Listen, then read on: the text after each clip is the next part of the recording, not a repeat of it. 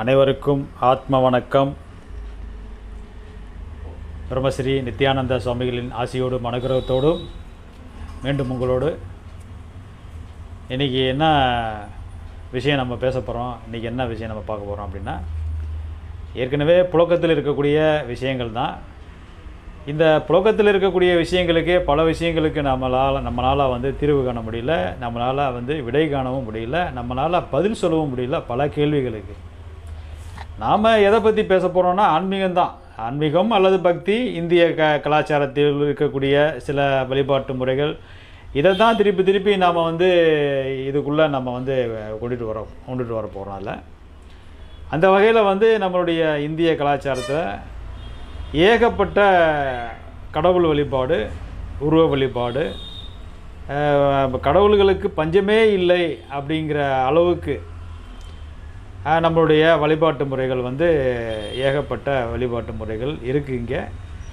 இப்போ இதெல்லாம் வந்து என்ன இதெல்லாம் வந்து இப்போ ஒரு ஊர்கள்லேயும் ஒரு விதமான கிராம தேவதைகளின் பெயர்கள் இருக்குது. அதே மாதிரி பொதுவான ஒரு நம்மளுடைய இந்து மதம் அப்படின்னு எடுத்துட்டிங்கன்னா இதில் ஒரு 4-5 கடவுள்கள் மிக முக்கியமான ஒரு இடத்துல இருக்குது. அதில் வந்து சிவம், விநாயகர், முருகன், அம்பாள், இந்த 4 பேருமே ரொம்ப முக்கியமான ஒரு பங்கு வகிக்கிறாங்க.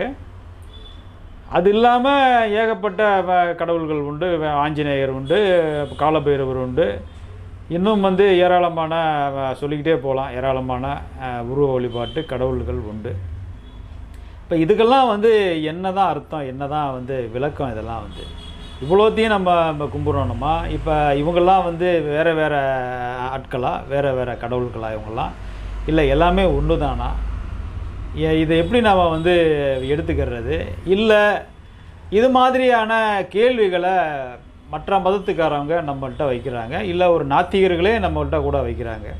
கடவுள்னால் ஒன்று தானே இருக்கணும், ஏன் வந்துட்டு இவ்வளவு பிரிவுகள், இவ்வளவு கடவுள்கள் வந்து தேவையா அப்படின்ற இந்த கேள்வியை வந்து நாத்திகர்களோ அல்லது பிற மதத்துக்காரர்களோ நம்மளிடம் வைக்கும்போது இதற்கெல்லாம் பதில் சொல்லவே முடியாமல் திணறது தான் நம்மளுடைய இந்திய மக்கள் அல்லது இந்துக்கள் அப்படின்ற எடுத்துக்கலாம். நம்ம மற்ற மதங்களில் வந்து இவ்வளோ கடவுள் கிடையாது, அதை நம்ம ஒத்துக்கணும். அதை இந்த விஷயத்தை நம்ம வந்து பரிபூர்ணமாக ஒத்துக்கிட்டு தான் ஆகணும்.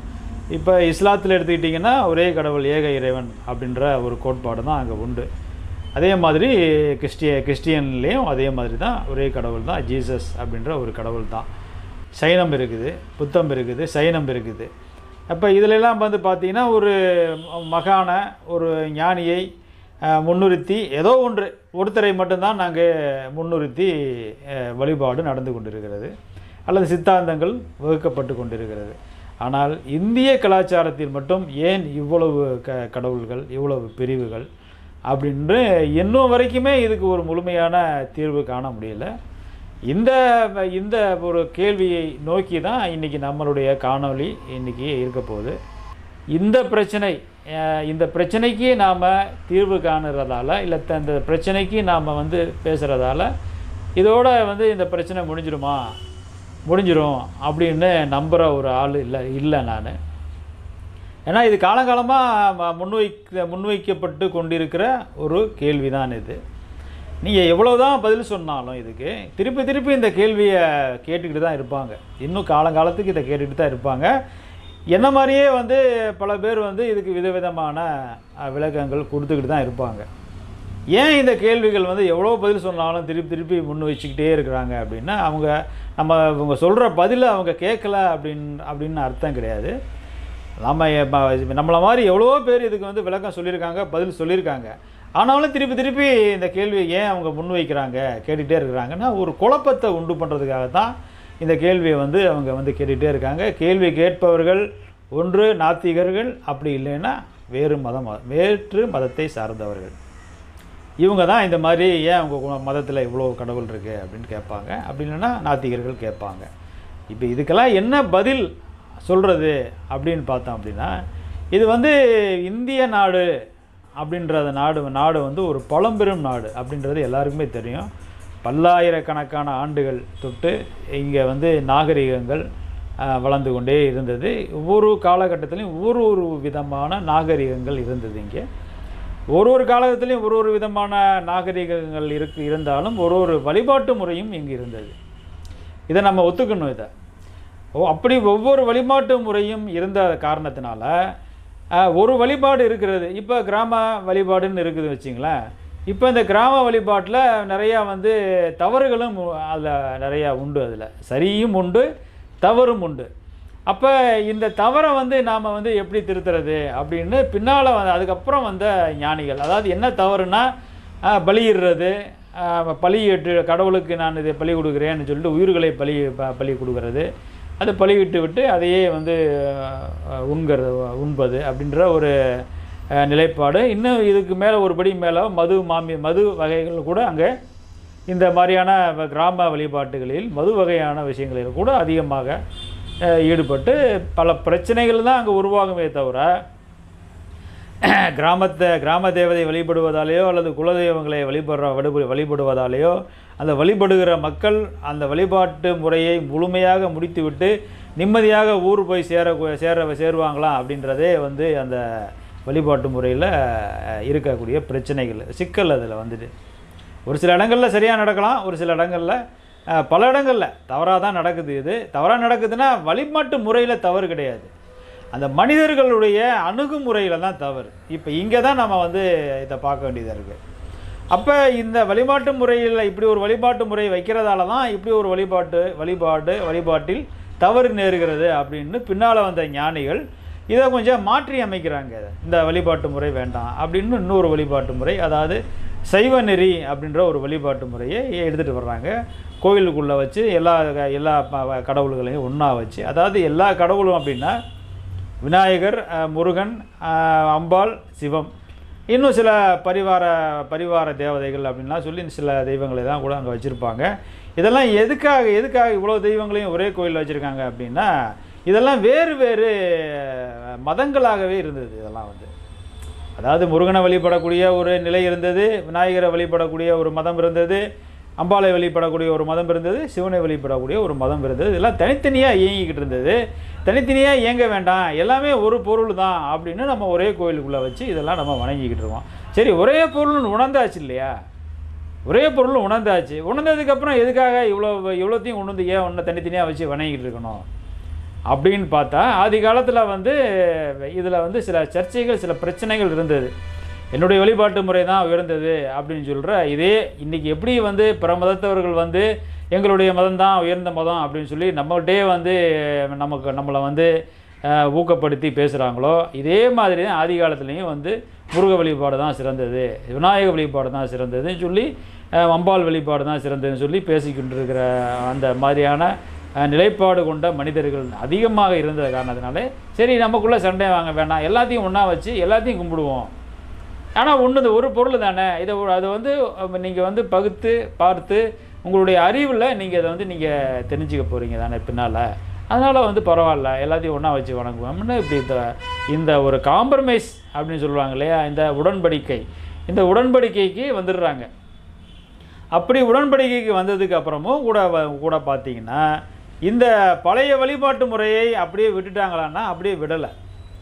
அந்த பழைய வழிபாட்டு கிராம வழிபாடு முறையும் இன்றளவும் இருக்கிறது, நம்மளுடைய தமிழகத்திலே இருக்கிறது. இந்தியா முழுக்கவே இந்த கிராம தேவதை வழிபாடு அல்லது குலதெய்வ வழிபாடு அப்படிங்கிறது பார்த்திங்கன்னா தொன்று இருந்துக்கிட்டே தான் இருக்குது. இதை இன்னும் கூட மாற்ற முடியல. இதுக்கு அப்புறம் வந்தது தான் இந்த சைவ நெறி அல்லது வைஷ்ணவ நெறி அல்லது பௌத்தமோ சமணமோ பின்னால் வந்தது. இதெல்லாம் இது ஆதியில் இருந்தது இந்த குலதெய்வ வழிபாடும் இந்த கிராம வழிபாடும் தான். அப்போ இதுக்கப்புறம் மாற்றி அமைத்தால் கூட இந்த பழைய வழிபாட்டு முறையையும் நம்ம இதை விடலை. அப்போ புதிய வழிபாட்டு முறையையும் அதுக்கப்புறம் வந்த வழிபாட்டு முறையையும் நம்ம விடலை. எல்லாத்தையுமே நம்ம பண்ணிக்கிட்டு தான் இருக்கிறோம். நம்மளை பொறுத்த வரைக்கும் என்னென்னா எதையுமே இது வேறு அது வேறுன்னு பகுத்து பார்க்குற ஒரு ஆராய்ச்சி பண்ணி பார்க்குற தன்மை நம்மளிடம் இருக்கா இல்லையான்னு நமக்கே தெரியல இது. ஆனால் நம்ம என்ன நம்புகிறோம் அப்படின்னா எல்லாமே ஒன்று தான் அப்படின்னு நம்புகிறோம். அப்போ எல்லாமே ஒன்று தான் முடிவுக்கு வந்ததுக்கப்புறம் இதை யார்கிட்ட கேட்டிங்கனாலும் சொல்லுவாங்க, கடவுள் அப்படின்னா என்னென்னா கடவுள்ன்றது எல்லாமே ஒன்று தான் அப்படின்னு எல்லாருமே சராசரி மனிதர்கள். நான் சொல்கிறது பெரிய அறிவாளிகள் கூட நம்ம வந்து இதை கேட்க தேவையில்லை, பெரிய ஒரு ஆன்மீகவாதிகிட்ட கூட போய் கேட்க தேவையில்லை, சாதாரண மனுஷங்கிட்டேயே போய் கேட்டிங்கனாலே அவங்க சொல்கிறாங்க இல்லை கடவுள் அப்படின்றது ஒன்று தான் அப்படின்னு. அப்போ கடவுள் ஒன்று தான் அப்படின்னு முடிவுக்கு வந்ததுக்கப்புறம் எதுக்காக ஒரு கடவுளே வணங்கலாமே, எதுக்காக இத்தனை கோவில்கள், இத்தனை மதம், இத்தனை வழிபாட்டு முறை, இவ்வளவு உருவ வழிபாட்டு முறை எதுக்காக அப்படின்னு நம்மளுடைய முன்னோர்கள் வந்து சொல்லியிருக்காங்க. அப்படின்னா முன்னோர்கள் எப்படி பார்க்குறாங்க இதை அப்படின்னா, இப்போ வந்துட்டு பொருள் ஒன்று தான், பரம்பொருள் ஒன்று தான், ஏக இறைவன் ஒன்று தான், இதில் எந்த மாற்று கருத்துமே கிடையாது, இல்லை எல்லாமே ஒன்று தான். அப்படி இருக்கும்போது ஏன் இப்படி இத்தனை பிரிவுகள் அப்படின்னா, இது ஒரு புரிதலுக்காக ஏற்படுத்தப்பட்டது தான் இது. இப்போ 4 நிலை இருக்கு இல்லையா, அம்பாள் அப்படின்ற ஒரு நிலை இருக்குது, சிவம் அப்படின்ற ஒரு நிலை இருக்குது, முருகன் அப்படின்ற ஒரு நிலை இருக்குது, விநாயகர் அப்படின்ற ஒரு நிலை இருக்குது. இது 4 நிலையுமே ஒரே தன்மை கொண்டது தான், வேறு வேறு இல்லை. இது ஒரு நிர்வாகத்துக்காக அல்லது புரிதலுக்காக இதை மாற்றி மாற்றி இங்கே வச்சிருக்கிறாங்க. இப்போ எப்படின்னா ஒரு மனிதன் இருக்கிறாரு, அவர் வீட்டில் வந்து இருக்கிறாரு, வீட்டில் வந்து பார்த்தீங்கன்னா அவர் பிள்ளைக்கு அவர் அப்பா, அவர் பிள்ளைக்கு அவர் அப்பாவாக இருக்கிறாரு. அதே வீட்டுக்குள்ளே தன்னுடைய மனைவிக்கு கணவனாகவும் இருக்கிறாரு, அதே வீட்டுக்குள்ளே தன்னுடைய மனைவிக்கு கணவனாகவும் இருக்கிறாரு. ரெண்டுமே அப்பாவாக இருக்கிறதும் அவர் தான், கணவனாக இருக்கிறதும் அவர் தான். சரி, அப்போ இங்கே 2 பட்டுறாரு, இங்கே 2 விதமான வாழ்க்கையை அங்கே அவர் வாழணும் ஒரே வீட்டுக்குள்ளே. சரி, அவருக்கு அப்பா இருப்பார், அவருக்கு அம்மாவும் இருப்பாங்க, சில வீடுகளில் சில பாக்கியவான்களுக்கு அப்படியும் இருப்பாங்க. அவங்க அப்படி பார்த்தீங்கன்னா அவங்களுடைய அம்மாவுக்கு அவங்களுடைய அப்பாவுக்கு இவர் பிள்ளையாகவும் ஆகுறாரு. அப்போ அங்கே 3 ஆயிடுறாருங்க, ஒரே மனுஷன்தான் 3 விதமாகிடுறாரு. அவர் வெளியில் போகிறாரு, அந்த இடத்த விட்டு வெளியில் ரோட்டுக்கு போகிறாரு. ரோட்டில் நடந்து போகும்போது அவர் ஒரு தெருவாசி ஆகுறாரு. ஒரு தெருவாசி ஆகும்போது அங்கே அவருடைய மனநிலை எப்படி இருக்கும்னா, அவர் எங்கே போகிறாரோ, எதை நோக்கி அவர் போயிட்டுருக்கிறாரோ அந்த நினைவு மட்டும்தான் அவருக்கு இருக்கும். மற்றபடி அவர் வீட்டில் இருந்தார் பார்த்தீங்களா, பிள்ளையுடைய நினைவோ அல்லது மனைவியுடைய நினைவோ அல்லது அப்பா அம்மாவுடைய நினைவோடலாம் அவர் ரோட்டை கடக்க முடியாது. ஒரு வாகனம் ஓட்டிகிட்டு கூட போவார் அவர். அப்போ இந்த நிலையை மறந்து அவர் அங்கே போகும்போது அவருடைய தன்மை வேறு. அப்போ 4 பட்டுறார், 4 ஆயிடுறார். 3 இருந்தவர் 4 ஆயிடுறார். அங்கேருந்து அவருடைய நிறுவனத்துக்கு போகிறார். அவர் ஒரு தொழில் வச்சுருப்பார், இல்லை ஒரு வியாபாரம் பண்ணிகிட்டு இருப்பார், இல்லை ஒரு ஆஃபீஸ் போகிறாருன்னு வச்சிங்களேன். ஏதோ ஒன்று அவரை பிழைக்கிறதுக்குன்னு ஒரு இடம் இருக்கு இல்லையா, அது பிழைப்புக்கான இடம்னு நம்ம வச்சுக்கலாம், அது எதுவாக இருந்தாலும் சரி. அப்போ அந்த பிழைப்புக்கான இடத்துக்குள்ளே போனோடனே அங்கே அவருடைய தன்மை மாறுது. புரிஞ்சுதுங்களா? அங்கே அவருடைய தன்மை மாறுது. ஒரே ஆள் தான் இத்தனை விதமான தன்மையை அவருக்குள்ளே இருக்கிற தன்மையை அவர் வெளிப்படுத்த வேண்டியதாக இருக்குது. இதைத்தான் வந்து இப்போ இந்த நாம் 5 விதமான தன்மையோடு தான். இப்போ இது நான் சொல்கிறது சுருக்கமாக 5 விதம் சொல்கிறேன். இன்னும் 50 விதமான அவதாரம் கொண்ட மனிதர்களெல்லாம் கூட இருக்கிறாங்க. இங்கே ஒரு 10 தொழில் பண்ணுவாங்க, 10 இடத்துல 10 தொழிலே 10 விதமாக இருப்பாங்க. ஒரே மனிதன் 2-3 குடும்பங்கள்லாம் கூட வச்சுருப்பான், இங்கே ஒன்று அங்கே ஒன்று, ஒவ்வொரு இடத்துலையும் ஒரு மாதிரி அவன் வந்து செயல்படுவான். அப்போ அவனுடைய சாமர்த்தியம் இதெல்லாம் வந்து இதை நம்ம வந்து தவறுன்னு சொல்ல போகிறதில்ல, இது அவருடைய சாமர்த்தியம் கூட வச்சுக்கலான்னு வச்சுங்களேன். அப்போ இத்தனை விதமான அவதாரங்கள் ஒரே மனிதனால் நிகழ்த்தப்படுகிறது இங்கே. இதுதான் வந்து இறைத்தன்மை, இறைவனுடைய தன்மையும் இப்படி தான் இருக்குது. இப்போ வந்துட்டு அவன் வந்து சிவமாக இருக்கிறான், ஆகாயத்தன்மையோடு சிவமாக இருக்கிறவன் இங்கே அவன் பூமிக்குள்ளே வந்து அவனுடைய இயக்கம் நடத்தணும் அப்படின்னா அங்கே ஒரு சக்தி தேவைப்படுது, அப்போ அங்கே ஒரு சக்தியை நிலைநாட்டுறான். அதுக்கு பேர் தான் அம்பாள்னு சொல்கிறோம் நம்ம. புரியுதுங்களா? அந்த சிவம் தான் இங்கே வந்து தன்னுடைய இயக்கத்தை நிறுவுறான். அப்படி நிறுவுறதுக்கு பேர் சக்தின்னு பேர். சக்தியின் துணை இல்லாமல் இங்கே எதுவுமே நடக்காது. எல்லாமே இந்த பூமி பரப்பு மொத்தமே வந்து பார்த்திங்கன்னா நிலப்பரப்பு மொத்தமே சக்தியின் ஆதிக்கம்தான். சக்தி இல்லாமல் சிவம் வந்து தனித்து இயங்க முடியாது. அப்போ தனித்து இயங்க முடியாத சிவம் அந்த சிவம் வந்து ஒன்றை படைக்கிறது, அந்த படைத்தலுக்கு பேர் சக்தி என்று பெயர் கொள்கிறது. இந்த சக்தியினுடைய தன்மை தான் இங்கே எல்லாமே. இங்கே அப்போ இந்த சக்தி கூடவே ஒரு தன்மை ஒன்று இருக்குது. அந்த தன்மை தான் வந்து விநாயகத்தன்மைன்னு சொல்கிறது. அந்த விநாயகத்தன்மை அப்படின்னு பார்த்தீங்கன்னா இது ஆகாயம் சம்மந்தப்பட்ட தன்மை கிடையாது. இது ஆகாயம், இந்த விநாயகத்தன்மைன்றது வந்து ஆகாயம் சம்மந்தப்பட்ட தன்மை கிடையாது. இது நிலம் சம்மந்தப்பட்ட தன்மை தான். அதுவும் உடல் சம்பந்தப்பட்ட தன்மை. விநாயகன் என்பது மனிதனுடைய உடலுக்குள் இருக்கக்கூடிய ஆதாரங்கள் சம்பந்தப்பட்டது. இந்த விநாயகன் என்பது யார் அப்படின்னா அதுவும் சிவம்தான். அப்போ இந்த விநாயகன் வந்து எப்போ வந்து முழுமையாக உங்களுக்கு சிவமாக காட்சி கொடுக்குறாரு அப்படின்னா, நீங்கள் வந்து தவம் பண்ணும்போது அல்லது தியானங்களில் ஈடுபடும் போது, தவத்தில் ஈடுபடும் போது, அந்த தவத்தில் தியானத்தில் உச்சநிலை பெறும் பொழுது அந்த தன்மையை நீங்கள் உணர்ந்து கொள்ள முடியும். விநாயகன் என்பது வேறு அல்ல, சிவம் என்பது வேறு அல்ல அப்படிங்கிறத நீங்கள் உணர்ந்து கொள்ள முடியும். அதே மாதிரி அம்பாள்ன்றதும்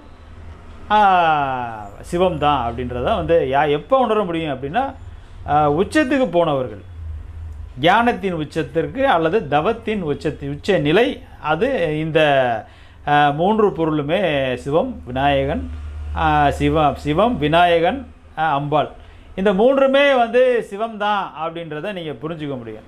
சரி, அந்த முருகன்றது யாருங்க? இந்த மூணு பேருமே சிவம் தான் அப்படின்றது புரிஞ்சிடுச்சுங்க. அதை முருகன்றது யாருங்க அப்படின்னா, இப்போ வந்து சக்தி அப்படின்ற ஒரு விஷயத்தை சிவம் படைக்குது இல்லையா? அப்போ படைச்சி அந்த சக்தியின் மூலமாக தான் எல்லா விதமான இயக்கங்கள் இயக்கப்படுகிறது.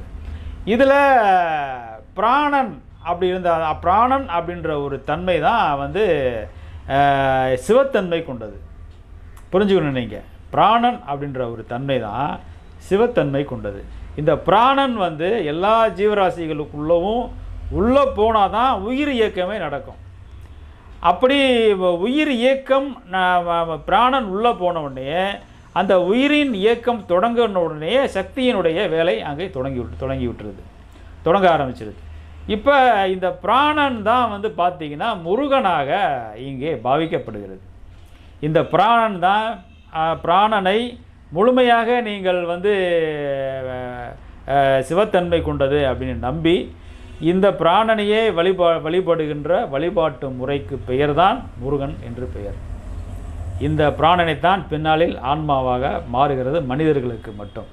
மனிதர்களுக்கும் பிராணன் தான் வழங்கப்படுகிறது. எல்லா ஜீவராசிகளுக்குமே இந்த பிராண சக்தி தான் முதலில் அளிக்கப்படுகிறது. இந்த பிராண சக்தி அப்படின்றது என்ன அப்படின்னா முழுக்க சிவத்தன்மை கொண்டது. அப்போ அதிலிருந்து பிரிஞ்சு தான் வருது. அதாவது சிவத்தன்மையிலிருந்து பிரிஞ்சு இந்த பிராணன் வருது.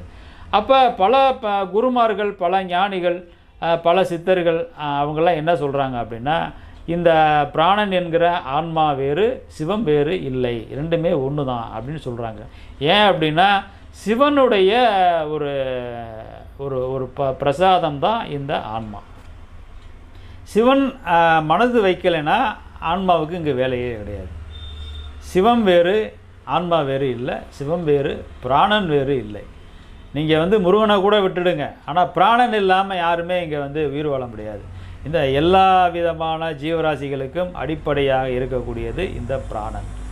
அப்போ இந்த பிராணனை தான் வந்து நம்ம வந்து இந்த யோகத்துலேயோ இல்லை வந்து நம்மளுடைய தியானத்துலேயோ இதை வந்து நம்ம வந்து உள்நோக்கி பயணம் பண்ணும்போது நாம் வந்து உணர முடியும். அப்படி யார் உணர்ந்தார்களோ அவர்களுக்கு சில பட்டங்களும் அளிக்கப்பட்டிருக்கிறது. ஆதிகாலத்தில் பிராமண பட்டம் அளிக்கப்பட்டிருக்கிறது, பிரம்மஸ்ரீ அப்படின்ற பட்டம் அளிக்கப்படுகிறது, சுப்பிரமணியன் என்ற பட்டம் அளிக்கப்பட்டிருக்கிறது.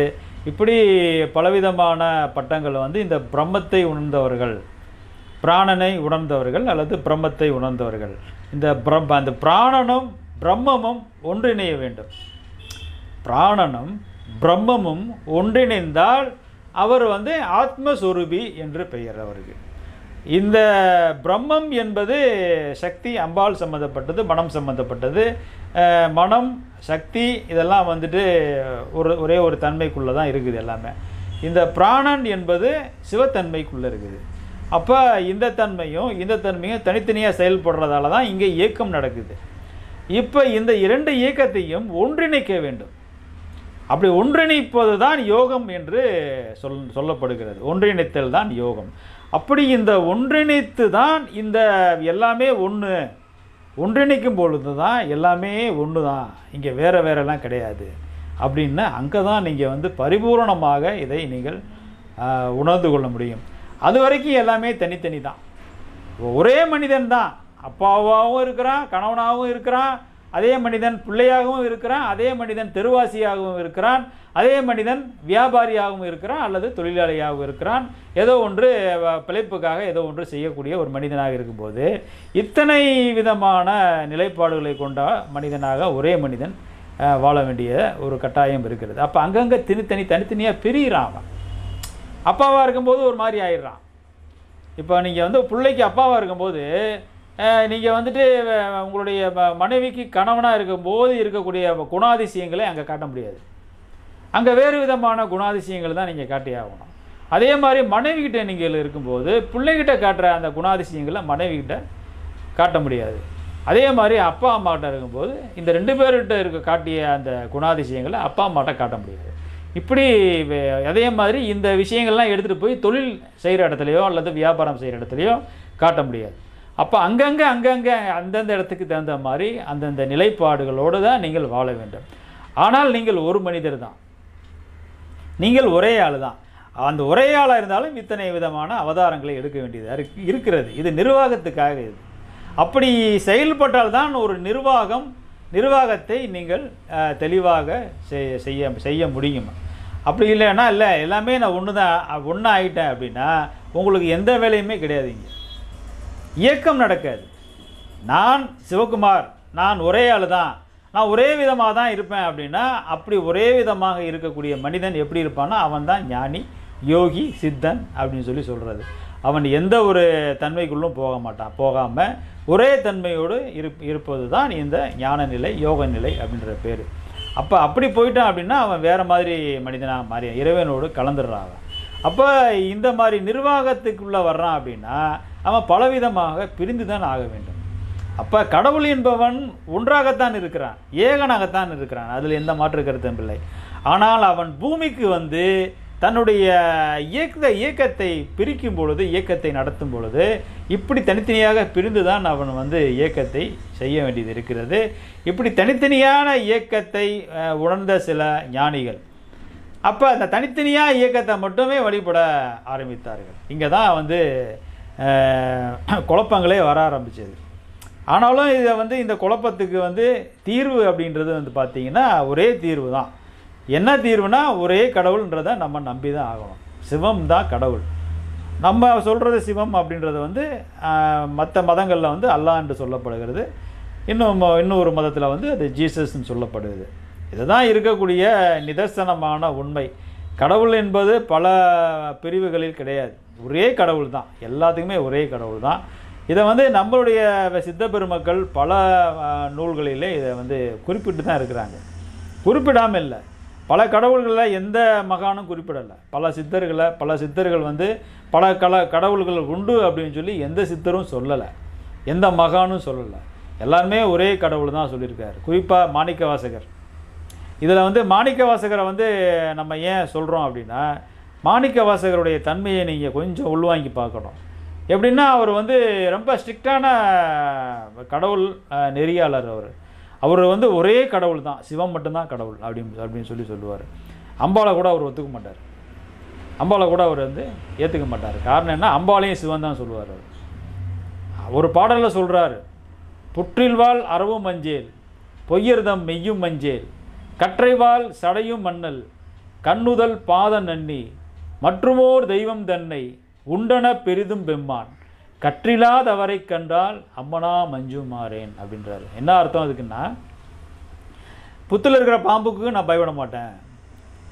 பொய் சொல்கிற, அதாவது எப்பயுமே பொய் சொல்லிகிட்டு இருக்கான் பாருங்கள், அந்த பொய் சொல்கிறவன் என்னைக்காவது உண்மை சொல்லிட்டான்னு வைங்களேன், அந்த உண்மை ரொம்ப அபாயகரமான உண்மையாயிடுமா, அது மிகப்பெரிய பூகம்பத்தை ஏற்படுத்தி விடுமாம் அது. அதனால் வந்து என்ன சொல்கிறாரு, அந்த மாதிரியான பொய்யர்தம் மெய்யும் மஞ்சேல் அப்படின்றாரு. அவன் சொல்கிற பொய்யன் இருக்கான் இல்லையா, அவன் சொல்கிற அந்த மாதிரியான உண்மை பல பூகம்பத்தை ஏற்படுத்தினாலும் அந்த மாதிரியான உண்மைக்கும் நான் பயப்பட மாட்டேன். புத்தில் இருக்கிற பாம்புக்கும் பயப்பட மாட்டேன். அப்போ எதுக்கு தான் பயப்படுவேன் அப்படின்னு சொல்லி சொல்கிறார். அவரே சொல்கிறார், நான் இந்த மாதிரியான தன்மை கொண்ட மனிதர்களுக்கு நான் பயப்படுவேன் அப்படின்றார்.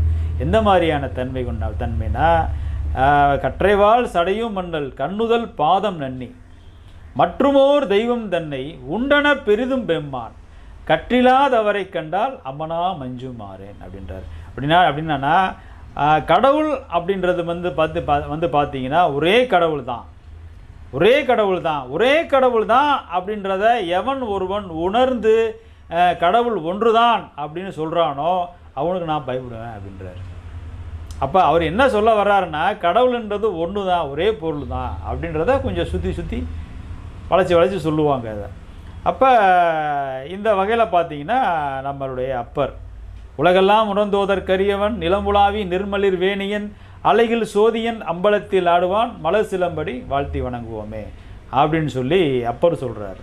அப்போ கடவுள் அப்படின்றது எது, அவனுடைய உருவம் அப்படின்றது எதுன்னா சோதி தான் அவனுடைய ரூபம் அப்படின்னு சொல்லி அப்பர் சொல்கிறாரு. ஜோதி தான் அவனுடைய ரூபம். அந்த ஜோதி அப்படின்றது பார்த்தீங்கன்னா எது அப்படின்னு பார்த்தீங்கன்னா அதை தான் நம்ம அம்பாள்னு சொல்லி இங்கே வழிபட்டுருக்குறோம். அப்போ அப்பர் என்ன சொல்கிறாருன்னா, அம்பாளை அவர் குறிப்பிடலை. அவர் ஜோதி தான். அவர் ரூபமாக பார்க்கணுன்னா ஜோதியாக பார்க்கணும் நீங்கள் அவனை. ஜோதினா பார்த்தீங்கன்னா எது ஜோதினா, நம்ம கோவிலில் காட்டப்படுகிற அந்த தீபத்துக்கு பேர் ஜோதி இல்லை, அது டெமோ ஜோதி தான். அது ஒரு இது ஜோதியின் அடையாளம் அப்படின்னு வச்சுக்கலாம் நம்ம அதை. ஆனால் உண்மையான ஜோதி எதுன்னா அது நமக்குள்ளே தான் இருக்குது. அது அந்த நமக்குள்ளே இருக்கக்கூடிய ஜோதியை நாம் எப்படி காணணும் அப்படின்னா அது தவத்தில் மட்டும்தான் காணணும், வேறு வழி கிடையாது. அதுக்கு நானும் கடவுள் தனித்திருக்கும் பொழுது மட்டும்தான் இந்த ஜோதி நமக்குள்ளே கிளம்பும். அந்த ஜோதியைத்தான் நாம் தரிசிக்கணும். அந்த ஜோதி தான் கடவுள் அப்படின்னு சொல்லி அப்பர் சொல்கிறாரு. அப்போ இந்த ஜோதியை எங்கேருந்து இயக்கப்படுகிறது அப்படின்னு பார்த்தீங்கன்னா, அம்பலத்திலிருந்து, வெட்ட வெளியிலிருந்து, ஆகாயத்திலிருந்து இந்த ஜோதியை அந்த ஆகாயம் இயக்கி கொண்டிருக்கிறது அப்படின்னு சொல்லி அம்பலத்தில் ஆடுவான் அப்படின்னு சொல்லி சிவனை அவர் சொல்கிறாரு. அப்போ கடவுள் அப்படின்றது பார்த்தீங்கன்னா அப்போ ஒரு பொருள் தான் அப்படின்றத இவங்கெல்லாம் சொல்கிறாங்க. இன்னும் பல சித்தர்கள், பல ஞானிகள் அவருடைய பாடல்கள்லாம் ஏகப்பட்ட பாடல்கள், இதை முன்மொழிந்த பாடல்கள்லாம் உண்டு, ஏகப்பட்ட பாடல்கள் உண்டு. பொன்னின் ஒளி போல மின்னும் பூரணமதாய் பூவில் மனம் போல தங்கும் பொற்புடையதாய் மண்ணில் பல உயிர்களில் மன்னி பொருந்தும் வள்ளலடி பணிந்து நின்று ஆடாய் பாம்பே அப்படின்னு நம்மளுடைய பாம்பாட்டி சித்தர் சொல்கிறார். அப்போ அதனுடைய தன்மை எப்படி இருக்குன்னா, பொன்னின் ஒளி போல மின்னும் பூரணமதாய் அப்படின்றாரு. பொண்ணுடைய ஒளி மாதிரி இருக்கும் அது அப்படின்றாரு. இப்போ இங்கே அப்புறம் என்ன சொல்கிறாரு, ஜோதின்றாரு, இவர் ஒளின்றாரு. அவ்வளோதான், ரெண்டுமே ஒன்று தான். அப்போ அந்த ஒளியுடைய கலரையே சொல்கிறாரு அவர். இன்னும் கொஞ்சம் டீட்டெயிலாக சொல்கிறாரு பாம்பாட்டி சித்தர். பொன்னின் ஒளி மாதிரி இருக்கும், அப்படியே தகன் தங்க மாதிரி இருக்கும். பொண்ணுன்னா தங்கம்னு அர்த்தம். அப்போ தங்கத்துடைய கலர் மாதிரி அது இருக்கும். பொன்னின் ஒளி போல மின்னும் பூரணமதாய். பூரணம் என்றால் நிறைவு பெற்றது, முடிவுற்றது. அதுக்கு மேலே பூரணத்துக்கு மேலே ஒன்றுமே கிடையாது. பூரணம் என்றால் நிலவையும் குறிக்கக்கூடியது. பூரணம் என்றால் ஒரு தன்மையை குறிக்கக்கூடியது. இது இறைத்தன்மை கொண்டது. பொன்னின் ஒளி போல மின்னும் பூரணமதாய் அப்படின்றார். இங்கே அவர் என்ன பாம்பாட்டி சித்தர் இல்லைங்க சிவன் தாங்க கடவுளே, இல்லை பெருமாள் தாங்க கடவுளே, இல்லை முருகன் தான் கடவுள் அப்படிலாம் ஒன்றும் சொல்லலை. அவர் கடவுள்னா எதுன்னு சொல்லியிருக்காரு, பொன்னின் ஒளி போல மின்னும் பூரணமதாய் பூவில் மனம் போல தங்கும் பொற்புடையதாய் அப்படின்றார். பூவில் மனம், அந்த மனம் எப்படி தங்குதோ, இந்த பூ அந்த மனசு அந்த பூவுக்குள்ளே எப்படி மனம் தங்குச்சு. இதை கொஞ்சம் ஆராய்ச்சி பண்ணி பாருங்கள். இதுக்கு என்ன காரணம், அடிப்படையில் என்ன காரணம்னா இறைவனுடைய கட்டமைப்பு தான் காரணம் அப்படின்னு சொல்லி அவர் சொல்கிறார். அந்த பூவுக்குள்ளே அந்த வாசனையை எப்படி இறைவன் கொண்டு கொடுத்தான். அப்போ இந்த பூ நம்ம நாட்டில் மட்டும்தான் முளைக்குதான்னு பார்த்தா உலகத்தில் எல்லா நாட்டிலையுமே பூ முளைக்கும், பூ வரும். அப்போ எல்லா நாட்டிலையுமே அந்த மனம், அந்த பூவுக்கு மனம் உண்டு. அப்படி அந்த மாதிரியான ஒரு மனம் கொண்டவன் இறைவன் அப்படின்னு சொல்லி, மண்ணில் பல உயிர்களில் மன்னி பொருந்தும், எல்லா உயிர்களிலுமே இந்த இந்த மன்னி பொருந்துற எது மன்னி பொருந்ததுன்னா இந்த ஜோதி அப்படின்ற இந்த சக்தி தான் எல்லா உயிர்களுக்குள்ளவுமே நீக்கமர நிறைந்திருக்கிறது. இந்த சக்தியை தான் அம்பாலாக நம்ம இங்கே வழிபட்டுக்கிட்டு இருக்கிறோம், வேறு ஒன்றுமே கிடையாது. அப்போ சக்தியும் சிவம் தான். சக்தியும் சிவனின் அம்சம்தான்.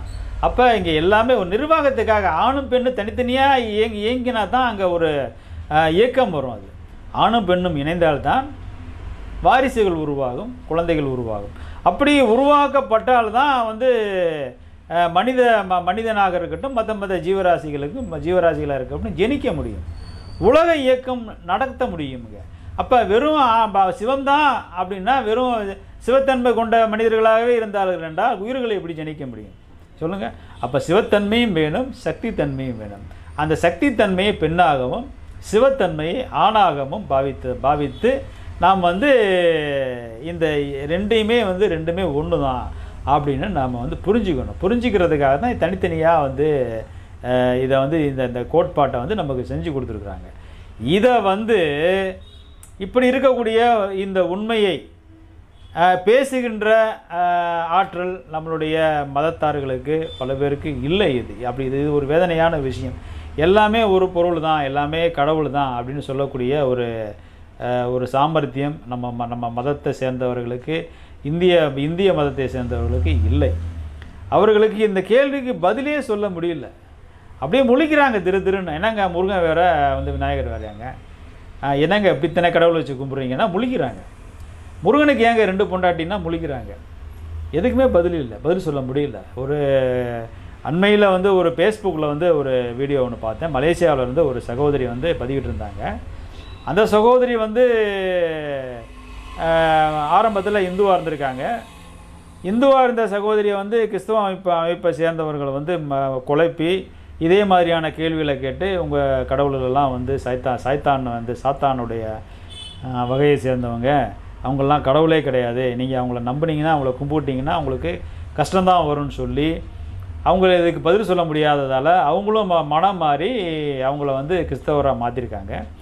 மாற்றி கொஞ்ச நாளில் வந்து உங்களை வாழ்க்கை அப்படியாரும் இப்படியாருன்னு சொல்லி ஏதோ நிறைய உத்தரவாதங்கள்லாம் கொடுத்து மாற்றிருக்காங்க.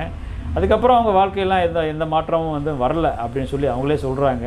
அப்படியே தான் இருந்தது என் வாழ்க்கை அப்படின்னு. அப்புறம் கொஞ்ச நாளையில் வந்து அவங்களுக்கு இந்த மாதிரியான இந்த கேன்வாசிங் ஒரு மெத்தேடு தான் அதில் அதிகமாக இருக்குது, வேறு ஒன்றுமே இல்லை அப்படின்னு சொல்லிட்டு அவங்க அதுலேருந்து மீண்டும் வந்து இந்து மதத்துக்கே வந்து விட்டதாக அவர்கள் சொல்லியிருந்தாங்க.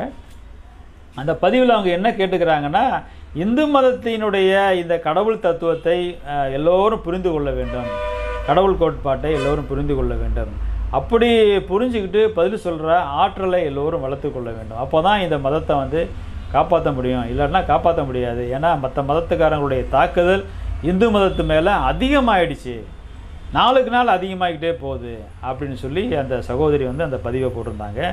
இப்போ அந்த பதிவில் இருந்து தான் எனக்கு இந்த மாதிரியான ஒரு யோசனை தோன்றி இந்த பதிலை நாம் சொல்லிட்டு இருக்கிறேன்.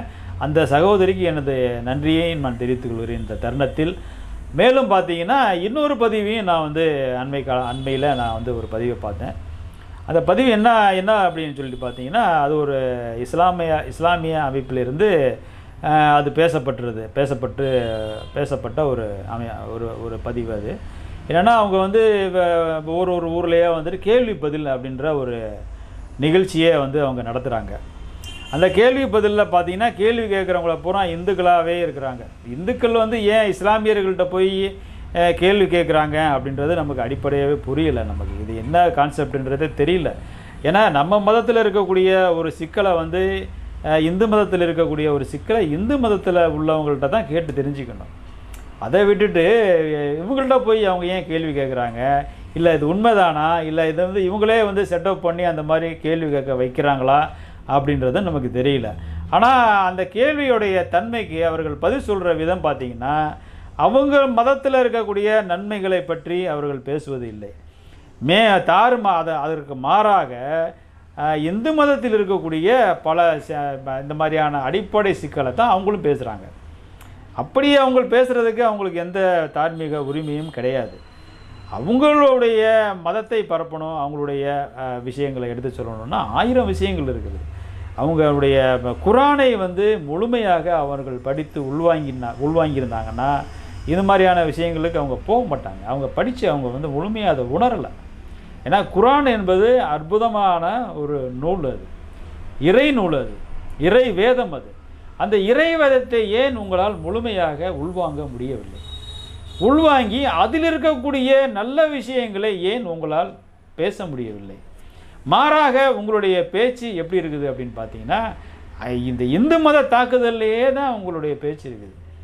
ஏதாவது எப்படி இதை நம்ம எப்படி பார்க்கணும் அப்படின்னா, இதோடைய யதார்த்தம் எப்படின்னா, ஒரு கடை ஒருத்தர் வச்சுருக்காரு, நல்லா கடை நல்லா போயிட்டுருக்குது. ஒரு 4 கடை தள்ளி பார்த்தீங்கன்னா அதே மாதிரி கடையை இன்னொருத்தர் வச்சுருவார். வச்சு ஒரு போட்டியை உருவாக்கிட்டு அங்கே போகிற வாடிக்கையாளர்களெல்லாம் வந்து இவர் வலிப்பார், வாங்க அவர்கிட்ட வந்து சரியில்லைங்க சரக்கு, அவர் போடுற சரக்கு சரியில்லைங்க. ஒரு வடை கடைன்னு கூட வச்சுக்கோங்களேன், இல்லைங்க அவர் போடுற வடை சரியில்லைங்க, அவர் ரேஷனில் வாங்கி ரேஷனில் வாங்கி பருப்பெல்லாம் ஆட்டி அவர் விற்கிறாருங்க, நான் வந்து ஒரிஜினலாக கடையில் வாங்கி நான் பருப்பெல்லாம் போட்டு ஆட்டி பருப்பு வடை சுடுறேங்க அப்படின்னு சொல்லி இவர் சொல்லுவார். அப்போ இந்த மாதிரியான ஒரு தன்மை தான் வந்து இந்த மதவாதிகள் கையெடுக்கிறாங்க. இதெல்லாம் வந்து தவறான போக்கு. இது ஏன் அப்படி தவறான போக்கு அப்படின்னு சொல்லி சொல்கிறேன் அப்படின்னா, எல்லா மதமுமே அறிவுபூர்வமான மதங்கள் தான். இப்போ வந்து அவர் என்ன அதுக்கு விளக்கம் சொன்னார், அந்த அம்மா அவங்க என்ன கேள்வி கேட்குறாங்க அவங்க அப்படின்னா, மறுபிறப்பு உண்டா இல்லையா, எங்கள் மதம் மறுபிறப்பை ஒத்துக்குது, உங்கள் மதம் மறுபிறப்பை ஒத்துக்குதா இல்லையான்னு கேள்வி கேட்குறாங்க. அதுக்கு அவர் வந்து என்ன சொல்லணும் அப்படின்னா, எங்கள் மதம் மறுபிறப்பை நாங்கள் ஏற்றுக்கொள்வது இல்லை, எங்களுடைய மதத்தின் நிலைப்பாடு இதுதான், நாங்கள் இதை பரிபூர்ணமாக நம்புகிறோம், அப்படி தான் சொல்லணும், பதில் சொல்லணும். இதுதான் நேர்மையும் கூட. ஆனால் அவர் என்ன சொல்கிறாருன்னா, மறுபிறப்பை பற்றி மிகவும் வந்து தாழ்மையாக நிறைய விமர்சனங்களை வைக்கிறார். வச்சுட்டு இது வந்து அறிவுக்கு ஒவ்வாத ஒரு விஷயம் இது அப்படின்றார். எது மறுபிறப்பு வந்து அறிவுக்கு ஒவ்வாத விஷயமா அது? சரி, ஓகே, அறிவுக்கு ஒவ்வாத விஷயமாக கூட இருந்துட்டு போட்டோம். சரி, உங்கள் மதத்தில் நீங்கள் என்ன சொல்கிறீங்க அப்படின்னு பார்த்தீங்கன்னா, அவர் என்ன சொல்கிறாருன்னா, இம்மை மறுமைன்னு ஒன்று இருக்குது, அப்போ இம்மையில் செய்கிற பாவம் வந்து மறுமையில் தண்டிக்கப்படும் அப்படின்றாரு. இப்போ இம்மையிலிருந்து மறுமைக்கு எது போகுது?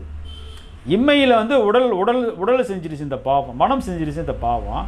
அப்போ உடல் செஞ்ச பாவம், மனம் செஞ்ச பாவம் இங்கேயே புதைக்கப்படுகிறது. இங்கேயே புதைச்சதுக்கப்புறம் எது மேலே போகுது? மறுமைக்கு எது போகுது? அதை சொல்லணும் இல்லையா? அதை சொல்லலை. ஆனால் மறுமையில் போய் ஏதோ ஒன்று தண்டனைக்கு உள்படுதான் அது, இல்லை சொர்க்கத்துக்கு போய் சந்தோஷத்தை அனுபவிக்குதான் அது. இப்போ இந்த மாதிரியான பதில் மட்டும் ரொம்ப அறிவுபூர்வமாக இருக்குதா? சொல்லுங்கள் பார்க்கலாம். எல்லா மதத்துலேயுமே வந்து சொல்லப்பட்ட நுணுக்கங்கள் பூராமே வந்து பார்த்திங்கன்னா, நீங்கள் அறிவுபூர்வமாக நீங்கள் ஆராய்ச்சி பண்ணிங்கன்னா விடையே கண்டுபிடிக்க முடியாது.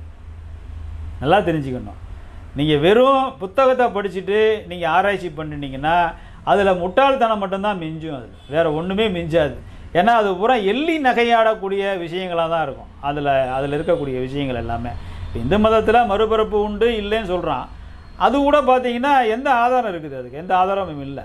அதே மாதிரி நீங்கள் சொல்கிற மறுமை என்கிற ஒரு விஷயத்துக்கும் எந்த ஆதாரமுமே இல்லை. அப்போ இது ஏன் நம்பப்படுகிறது? காலங்காலமாக இது நம்பப்பட்டு கொண்டே வருகிறது. என்ன காரணம் அப்படின்னு பார்த்தீங்கன்னா, இந்த விஷயத்தை ஆராய்ச்சி பண்ணி சொன்னவங்க யார் அப்படின்னு பார்த்தீங்கன்னா, இந்தியாவில் சித்தர்களும் ஞானிகளும் ஆராய்ச்சி பண்ணி மறுபிறப்பு உண்டு மனிதனுக்கு, அவனவன் செய்கின்ற நல்வினையும் தீவினையும் அவரவர்க்கே வந்து சேரும், அவரவர் அனுபவித்து தான் ஆகணும். அப்போ நான் இந்த ஜென்மத்தில் வந்து நான் நல்லவனாக தானே இருந்தேன், ஏன் எனக்கு துன்பம் வருதுன்னா, இல்லை இது போன ஜென்மத்தில் பண்ணிய தவறு இது, அப்போ இந்த ஜென்மத்தில் வந்து அது கிடைக்குது. அப்படிங்கும்போது பல ஜென்மங்கள் தொடர்ச்சியாக அவர் வந்துக்கிட்டே இருக்கார் அப்படின்றத தான் இவங்க வந்து இந்த பாவம் புண்ணியம் அப்படின்ற ஒரு விஷயத்தில் கொண்டுட்டு வர்றாங்க. இதை இஸ்லாத்து கொஞ்சம் மறுக்குது, அவ்வளோதான். அப்போ அவங்க வந்துட்டு ரொம்ப டீட்டெயிலாக அதுக்குள்ளே போகலைனால கூட அவங்களும் இதை ஒத்துக்கிறாங்க. அப்போ இதை சொன்னது யார்? இந்த மாதிரி விஷயத்தை சொன்னது யாருன்னா அண்ணல் நபிகள் நாயகம் சொல்கிறாங்க, மறுமையில் வந்து நிச்சயமாக ஒரு தண்டனை உண்டு அப்படின்னு சொல்லி. அப்போ இதை வந்து அவர் வந்து எப்படி சொன்னார் அப்படின்னா, அவர் இறைநிலை பெற்ற ஒரு மனிதன். அவர் நபிகள் நாயகம் வந்து இறைநிலை பெற்ற மனிதன், அவருக்கு இறை ரகசியமாகவே இது உணர்த்தப்பட்டது. இப்படி தான் எல்லா மகான்களுக்குமே இறை ரகசியமாகவே பல விஷயங்கள் உணர்த்தப்படும்.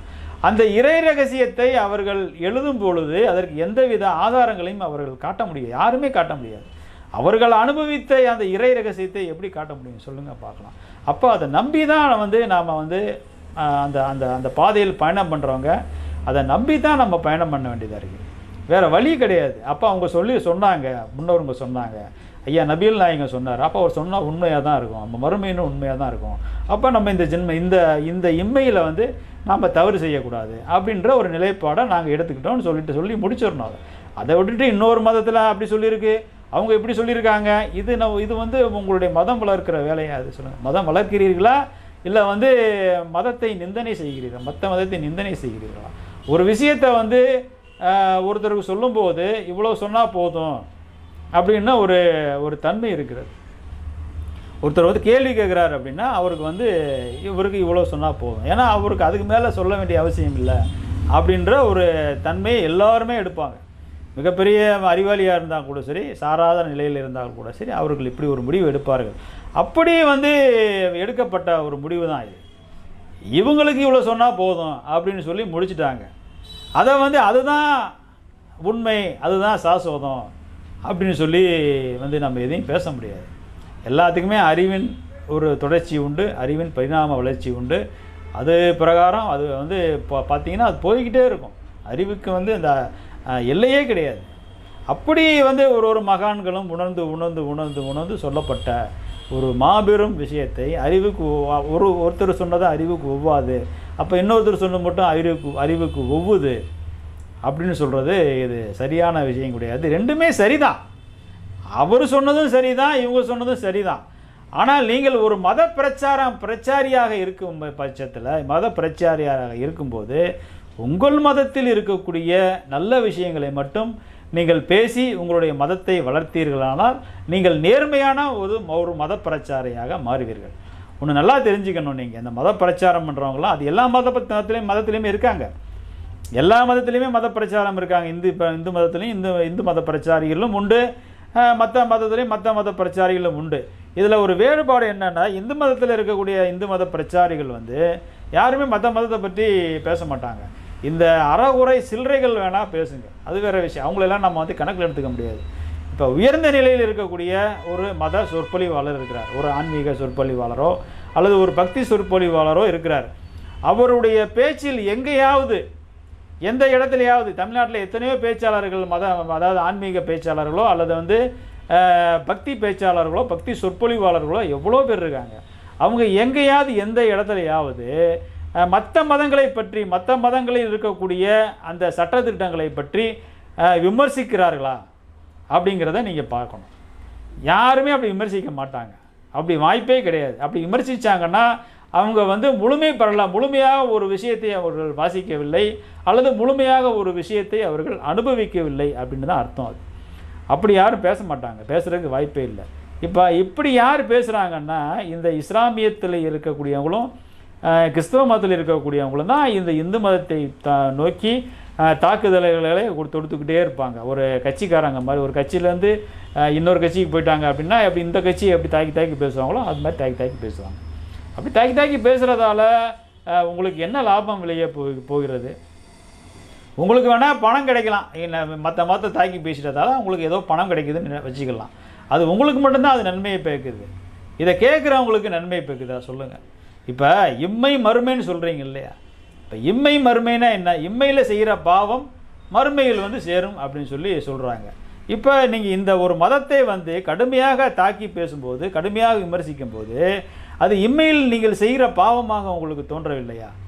கொஞ்சம் உங்களோட மனசாட்சியை தொட்டு நீங்கள் யோசித்து பாருங்கள், கொஞ்சம் யோசித்து பாருங்கள். இது பாவமாக தெரியலையா? இதுக்கு வந்து மறுமையில் உங்களுக்கு தண்டனை கிடைக்காதா? யோசிச்சு பாருங்கள். இது ரெண்டு மதத்துக்காரங்களுக்குமே, இது எல்லா மதத்துக்காரங்களுமே பொருந்தும் இந்த வார்த்தை. இன்னொரு மதத்தை நிந்தனை செய்யாதீர்கள், இன்னொரு மதத்தை விமர்சிக்காதீர்கள். ஏன்னா ஒரு மதமும் ஒரு மதத்திலையும் இருக்கக்கூடிய அந்த அறிவுபூர்வமான விஷயங்கள் வந்து எதுவுமே கட்டுக்கதை கிடையாது, எல்லாமே உண்மை தான். சில மூட நம்பிக்கைகள் வேணால் இருக்குது, அது எல்லா மதத்துலேயுமே இருக்குது, அது களையப்பட வேண்டும். அது அவரவர்கள் பிரச்சனை. அது இன்னொரு மதத்துக்காரன் வந்து இன்னொரு மதத்தில் இருக்க மூட நம்பிக்கையை வந்து பேசி அதை களையணும்னு முயற்சி பண்ண வேண்டாம்.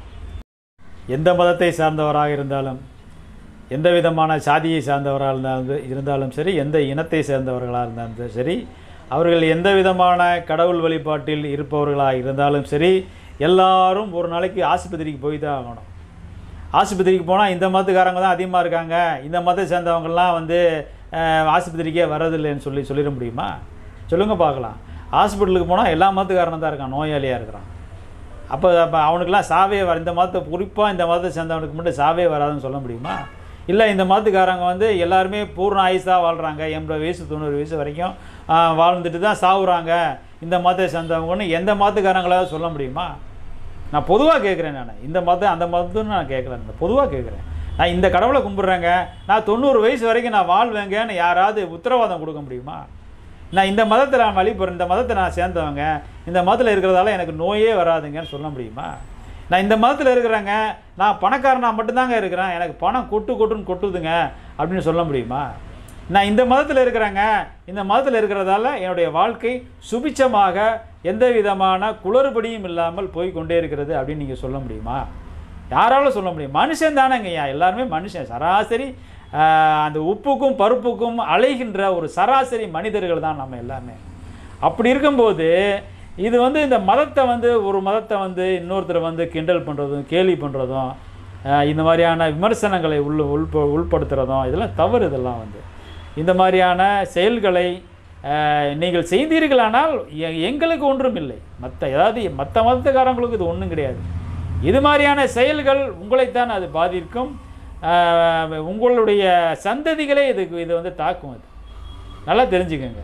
இது மாதிரியான போக்குகளை கைவிட்டு உண்மையான, அதாவது நாம் எந்த மதத்தை நம்ம பின்பற்றுறோமோ, அது இஸ்லாத்தாகவும் இருக்கலாம், அது கிறிஸ்டியனாகவும் இருக்கலாம், அது இந்துவாகவும் இருக்கலாம், அந்த மதத்தில் இருக்கக்கூடிய ஏகப்பட்ட நல்ல விஷயங்கள் சொல்லப்பட்டிருக்கிறது. நாம் எந்த மத சட்டத்திட்டங்களை நாம் வந்து குறிப்பாக வந்து நாம் அதை வந்து குறை சொல்லலாம். எல்லாமே உயர்ந்த நிலை தான், எல்லாமே உயர்ந்த தன்மை கொண்டது தான், எல்லாமே அறிவுபூர்வமானது தான், எல்லாமே உணர்வு பூர்வமானது தான். அப்போ அதை நம்ம குறை சொல்லலாம், அதை குறை சொல்கிற தகுதி நமக்கு கிடையாது. நாம் குறை சொல்கிறது மனுஷங்களை தான், மனுஷங்களை நோக்கி தான் நம்ம விமர்சனம் வைக்கிறோம். எனக்கும் 1000 பிரச்சனை இருக்கும், எனக்கும் 1000 குறைகள் உண்டு. அப்போ அந்த குறைகளை வந்து நான் எனக்குள்ளே என்ன குறை இருக்குதுன்னு அதை தேடி பார்த்து அலசி பார்த்து ஆராய்ச்சி பண்ணி அந்த குறையிலேருந்து வெளியில் வருபவன் தான் அவன்தான் முழு மனிதனாக மாற முடியும். எனக்குள்ள 1000 குறையை வச்சுக்கிட்டு நான் இன்னொருத்தனை குறை சொன்னேன்னா அது மனிதத்தன்மை ஆகாது. இதை வந்து நம்ம எல்லாருமே புரிஞ்சுக்கணும். இதை புரிந்து கொண்டு இது மாதிரியான விஷயங்களை தெய்வ நிந்தனையிலேயோ அல்லது மத நிந்தனையிலேயோ ஈடுபடாமல் எல்லோரும் சமம்தான், எல்லோரும் ஒன்று தான், எல்லோரும் ஓர் நிறை தான் அப்படின்றத புரிஞ்சுக்கிட்டு நம்ம வாழன்றது என்னுடைய தனியாத தாகம், என்னுடைய ஆசையும் கூட இது. நன்றி. ஆத்மா வணக்கம்.